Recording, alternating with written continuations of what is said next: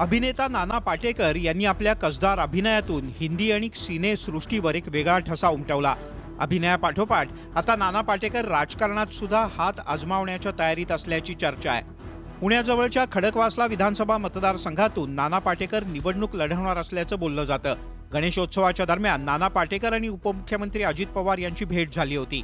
यावेळी नाना पाटेकर यांनी खडकवासला विधानसभा मतदारसंघातून निवडणूक लढवण्याची इच्छा व्यक्त केल्याचं बोललं जातं। खडकवासला परिसरात नाना पाटेकर यांचं फार्म हाऊस आहे, त्यामुळे महिन्यातील काही दिवस त्यांचा फार्म हाऊसवरतीच मुक्काम असतो। एका खासगी वृत्तवाहिनीला दिलेल्या मुलाखतीत नाना पाटेकर यांनी पंतप्रधान नरेंद्र मोदी यांचं तोंड भरून कौतुक केलं होतं। या पार्श्वभूमीवर नाना पाटेकर निवडणुकीच्या राजकारणात उतरणार असल्याच्या चर्चेनं जोर धरला, तर महाविकास आघाडीच्या नेत्यांनी नाना पाटेकर यांच्यावर खोचक टीका केली आहे।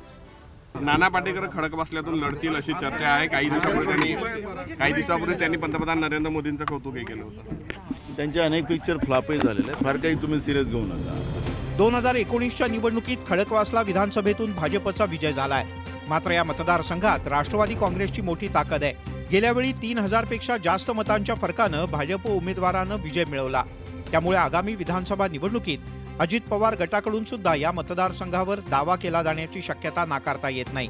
पण युतीच्या जागा वाटणीत हा मतदारसंघ भाजपकडे आहे, तर काँग्रेस आघाडीत राष्ट्रवादीच्या वाट्याला खडकवासल्याची जागा जाते। त्यामुळे नाना पाटेकर भाजपच्या तिकिटावर निवडणूक लढवणार की राष्ट्रवादीच्या अजित पवार गटाकडून उमेदवारी दिली जाणार, याविषयी आतापासूनच राजकीय वर्तुळात तर्कवितर्क लढवले जात आहेत। वैभव सोनवणे, न्यूज 18 लोकमत, पुणे।